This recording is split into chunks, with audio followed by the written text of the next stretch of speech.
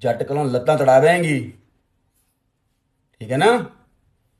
ਨਾਲੇ ਭਾਂਡੇ ਭੁੰਡੇ ਮਾਂਜਣ ਦੇ ਆਰਡਰ ਨਾ ਲਾ, ਮੈਨੂੰ ਇਸ਼ਾਰੇ ਨਾ ਕਰ, ਮੈਂ ਵੇਹਨਾ ਪਿਆ ਤੈਨੂੰ।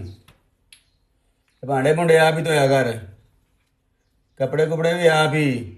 ਸਮਝ ਆ ਰਹੀ ਹੈ ਨਾ। ਨੌਕਰ ਨਹੀਂ ਹੈਗਾ ਮੈਂ ਤੇਰਾ, ਨੌਕਰ ਨੌਕਰ ਸਮਝਿਆ ਤੂੰ ਮੈਨੂੰ। ਆਪਣੇ ਕੰਮ ਤੂੰ ਆਪ ਕਰਿਆ ਕਰ ਸਾਰੇ, ਚੰਗੇ ਮਾੜੇ ਆਪ ਹੀ। ਕਲੇਸ਼ ਪੈਣੀ ਏ।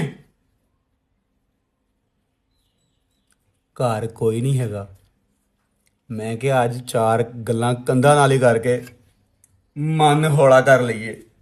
ਘਰ ਕੋਈ ਵੀ ਨਹੀਂ ਹੈਗਾ। ਓਏ ਘਰ ਹੋਵੇ ਤੈਨੂੰ ਦਬਕਾ ਮਾਰ ਨਹੀਂ ਹੁੰਦਾ। ਮੈਂ ਕਿਹਾ ਚਲੋ ਕੰਧਾਂ ਨਾਲ ਹੀ ਗੱਲਾਂ ਕਰ ਲਈਏ ਅੱਜ, ਠੀਕ ਆ ਨਾ।